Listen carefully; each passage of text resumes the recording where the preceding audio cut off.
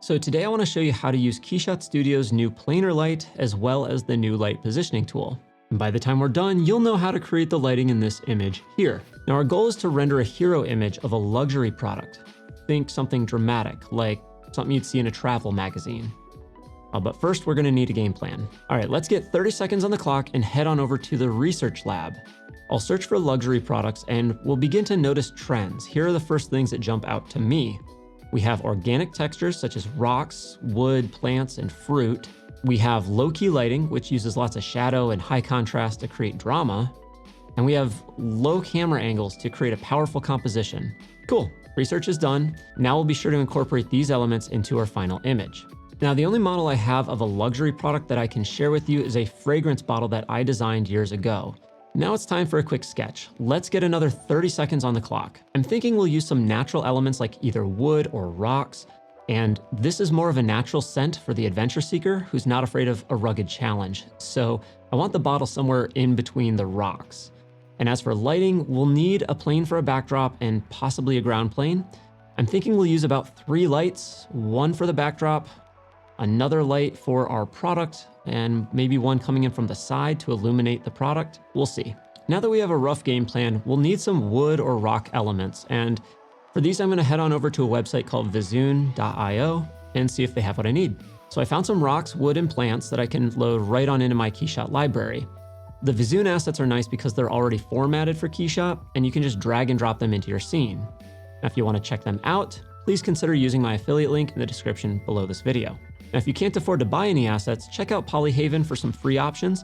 You might need to do some editing on the materials though, once you've imported them into KeyShot, but they should work nonetheless.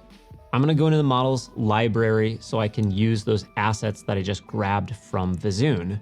I'm gonna go down to my models into my Vizoon collection and find the rock elements. Now, if your thumbnails are not as big as these ones here, you can hold Control on the keyboard while scrolling up and down on your mouse wheel to change the size of those thumbnails.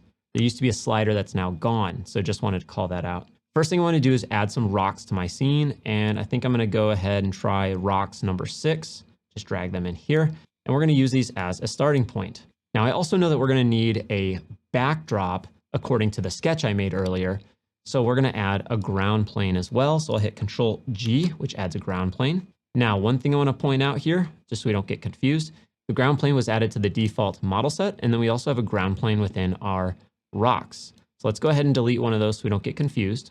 And we're going to use the ground plane that I just added.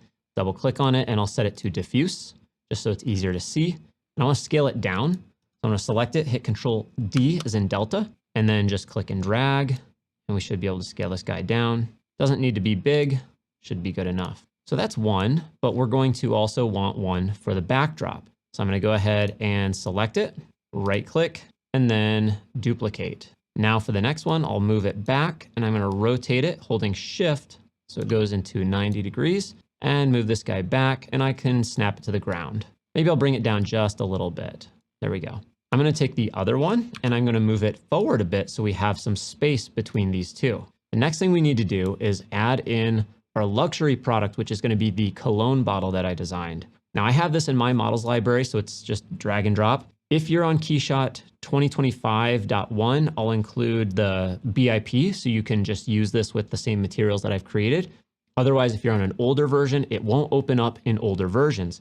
I will include the step file, which you can use. You're just gonna have to apply your own materials, which is fine. Just a liquid for the cologne and then some glass for the bottle and some metal for the cap. You should be fine with that. Once you've done that, you can insert that into your scene. And here in my case, we're gonna notice that the bottle's really small or our rocks are too big, one of the two.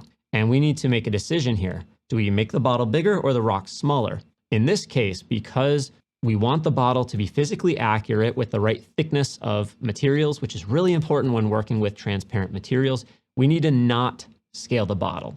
Instead, we can make the rocks as large or as small as we want, and it's not going to affect their appearance. So I'm also going to delete the ground plane that came in with the cologne bottle because that one had one as well. I'm going to delete that so it's not creating that ugly artifact. I want to take my cologne bottle and hit Control D to move.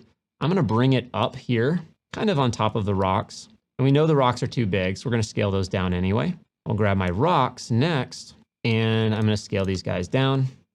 I don't want to go too small, but we also want them small enough that the textures aren't looking stretched or too low res. I'm going to take the cologne bottle and snap it to the lower object so it kind of ends up on top of one of these rocks, and just move it over kind of somewhere in between the two rocks.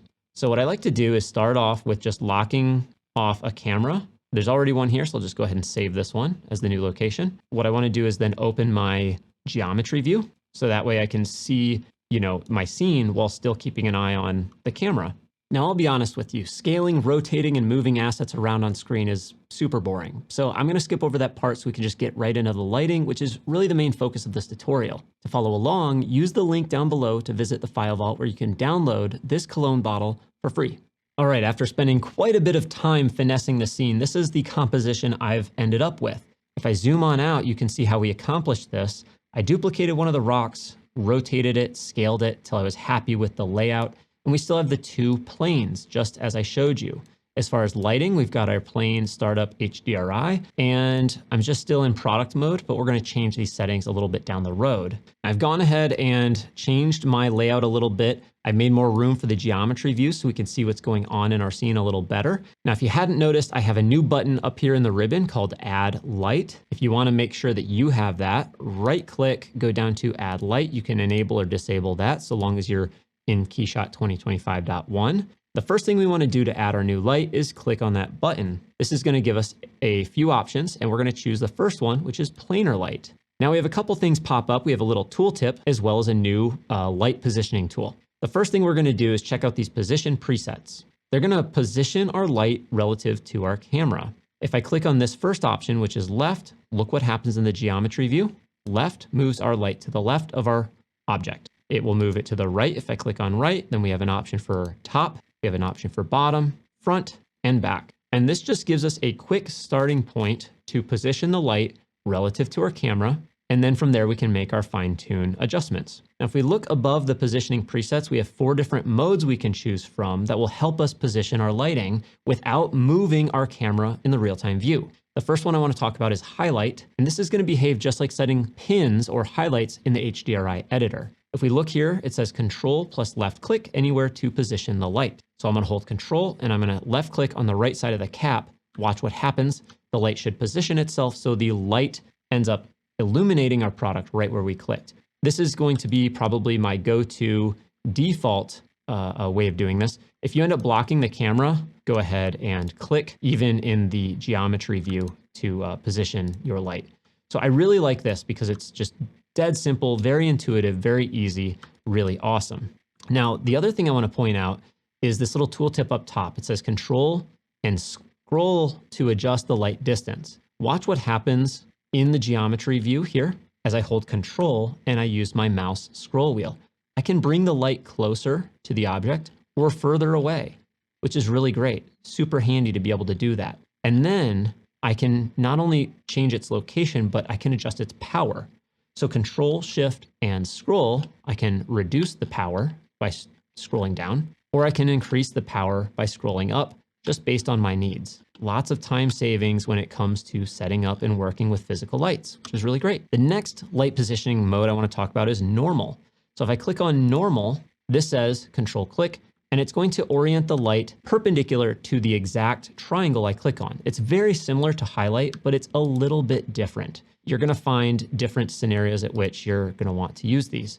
It's just going to come down to use case. And again, you can use the geometry view as well to click to orient something to a normal, which is really handy. The light itself will not move in target mode. So if I click on target mode and Control click on a surface to target, watch what happens again in the real-time view. We get that plane orienting itself around its center point so that it then points the light wherever we click. So if we know we have the light in the position we want, we just want to tweak or adjust it, we can. And by the way, you can also hold Control and just drag over your model. The light itself will reposition based on wherever you drag your mouse, which is really cool. Lastly, we have something called Orbit. It's a little harder to control, but it is very useful. So if I go into Orbit mode and I start clicking and dragging on the model while holding Control, you'll see in the geometry view how my light is now rotating or pivoting around the middle of my model based on wherever I drag my mouse. Like, you don't have to move your mouse very much to get it to move.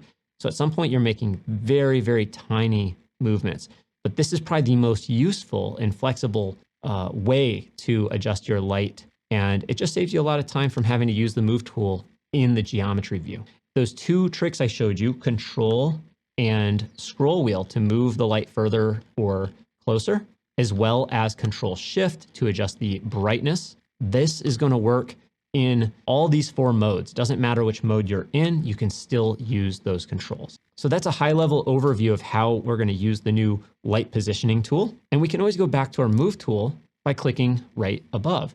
These 2 buttons bounce you back and forth between the light positioning tool, which is made just for controlling lights, and the regular move tool, which is really great. And I'm going to show you a few more features that these planar lights have that we haven't covered quite yet. But let's start making this actually look a little bit nicer, because I've been doing a ton of talking so far. So the first light I actually want to place is going to be the one that's backlighting our scenes. For now, I'm going to turn off the planar light that we had. I'm not going to delete it. I'm just going to turn it off in our scene. And I also want to go to our environment and turn its brightness down so it's not so bright. So we're going to darken this quite a bit. And now I'm going to add a new light. So I'll go to add light. And this time I want to add a spotlight. Now we still get our new light positioning tool, even though we're not using a planar light. The fastest way to orient the light the way I want it is to probably just use the highlight button, which is already active. And I want to highlight the backdrop plane. So I'm just going to hold Control and left click once. And now the spotlight is shining on the surface I want it to be. Now I do want to move it down, and we could try the new orbit tool. Or if we have our geometry view open, we can simply move to the move tool. And here I'm just going to bring it down and move it a little bit closer, and I'm going to point it up. So at this point in the real-time view, we now see that we've got light behind our bottle. And this is important because this is a glass object and the light's going to transmit through. So we really need to light from behind if we want to actually see the contents of this bottle. Now this isn't very pretty yet, so we need to adjust the light itself. I'll double click on the spotlight so we can go into its settings. First thing I want to do is change its color to something more appealing. I'm going to go for a very nice warm color. In fact, I'm going to exaggerate the temperature and go to a straight up orange color, like very orange. The next thing I want to do is maybe reduce the brightness a little bit. So I'm going to drag down the power, and the shape of the light's not very pretty. So I'm going to actually increase the fall off. You see this little purple ring here?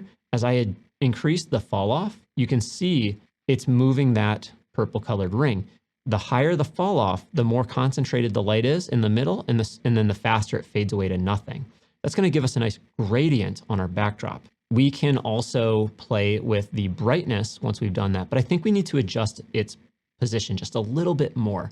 I'm seeing the brightest part of the light here, and I kind of want it to be over this way. I'm actually going to move the light to the left, and at this point, I'm looking in the real-time view for the result I want. So I want to move the brightest part of the light kind of down here. And I also want to make sure I'm maybe pointing it off to the right just a little bit. Let's move this on over this way a little bit. I want this nice kind of arc here to kind of darken quite a bit. Maybe I'll rotate it up just a little bit. And I think that's looking good. The next thing that we can do is play with the brightness and go maybe a little bit brighter. And we're going to be needing to use some adjustments in the image styles to make all this lighting look correct here pretty soon. So I'm not going to worry about tweaking things fully yet. We just want to set up the lights. The next thing we want to do is talk about darkening our environment so that we actually see what this looks like with just our physical lights. So I'm going to bring this down to 0. And here we have the drama. Already this looks quite beautiful, but unfortunately our product is mostly silhouetted. And so we need to move or bring in another light so we can illuminate some more of what's going on, because the viewer can't tell that these are even rocks. It's very confusing. So we're going to bring our planar light that we had back into view, see where it shows up. And funny enough, it's actually in a really good position already. I did that, I guess, kind of on accident. I didn't quite totally mean to do that. So let's say we want to position this planar light. I can go into my tools, down to light positioning, and now we've got our light positioning tool backup light. So let's play around until we're happy with the positioning. Now we can go more overhead, top down, which is looking, that's kind of interesting, but I still think from the side looks a lot better. We get that core shadow on the lid or the cap of the perfume. And I think it needs to be further to the right because I want these shadows to be a little bit more exaggerated on these rocks. So again, just subtly moving things around. I think that looks pretty good right there. Let's go ahead and hit done and just see what we think. See in the geometry view, we have these handles. These control what's called horizontal and vertical spread angle. So as I bring these narrower, you can see that the light is going to be more focused. So you can even see the light spilling onto the ground plane. If I go ahead and adjust these handles, you can see how much wider the light is going or how narrow, depending on how far we have these spread angles opened or closed. Another thing I want to point out about these planar lights is that they support textures with alpha channels, which is really cool. If I go into my textures here, I can grab something like this reflective umbrella that Grayscale Gorilla sold once upon a time, and I can drag this into the color texture, and we should see that it appears on there. And I can map it correctly by fitting it to the part. Once we get closer and take a look, you can see this black border doesn't go away. That's problematic because that's going to reflect in our materials, and it's not going to look that realistic. Now, if you have textures that have alpha channels, like I have some here, I'm going to put a different texture on here and show you the difference. So we've got this cool looking light umbrella, but if I go into the properties and I turn on Use Color Map Alpha, it actually trims out all the pixels around the main part of this light source, giving me a much more realistic reflection in my products, which I think is super cool. HDR Light Studio, if you go to their website, they do have a free download, a free pack, and it includes some that actually have alpha. So I really like this softbox one because it emulates like a photographic softbox. And as far as the size of this, we can actually adjust this by grabbing these little handles and clicking and dragging in the real-time view. So I can make this bigger, or if I want to scale the whole thing proportionally, I can just hold Shift and I can scale these up or down. And if I don't want these to repeat, I just go to my textures and turn off repeat vertical and horizontal. I can scale up the texture to fit that a little bit better. And this is just going to give me a far more organic, realistic looking set of highlights on my product. Let's go back to that main camera and see how we're looking here. So we got a lot darker when we added that area light map. Is just go ahead and increase that power as needed. So at this point, we only have 2 lights and things are looking pretty nice, but I do want to jump into our lighting settings because they're gonna have a pretty big impact on how this looks. So far, I'm not using too many ray bounces, or at least not enough for this product. And let me show you why. I've done my testing with this model before, and it honestly needs 42 ray bounces, which is a lot. This can really slow things down. So I tried to save it toward the end. I also like to put the GI bounces up to 2 in this case, which is going to help with a little bit more indirect lighting. Let's actually hold off on the caustics till the very end. I think there's still one more light that I want to place into our scene before I call this good. And then we still need to take a look at the image tab as well. So I'm going to move on over to the geometry view just so we can see what we have here. I think I want to scale down our light here that we have, our planar light. Double click on it and we can scale it down. Click this chain link to constrain the width and height. I'm going to make it a little bit smaller. So it's going to focus the light a little bit more and sharpen our shadows. So I'm going to go to Add Light, Planar Light. I'm going to use the highlight option. Control left click to hit a highlight. That went a little too far behind the product, but notice how much more detail we get inside our product, which looks pretty nice. So I want you to take a look at the extra depth that we're getting in this just by moving a secondary light source in here. We're getting a lot more refractions here within the perfume. We're getting a little bit more light on the backside of this rock as well, which is okay, but the highlight on this rock is now too distracting from the rest of this. So I think this one needs to get a little bit brighter. The next thing we need to do though, is we need to go to the image tab to make some adjustments. So I'm going to create a new image style and go into photographic mode, and instantly the light looks a little more natural. So I like this low contrast image transform, but we still need to play with the values of the light a little bit here. The exposure here needs to come up. We can go up to window, then down to light manager. This will give us all of our different lights that we have in our scene that we can adjust the brightness of. We've got one light that's way too bright. So if I turn this one off, we can see that this light is coming in too hot. So I'm going to bring this one down.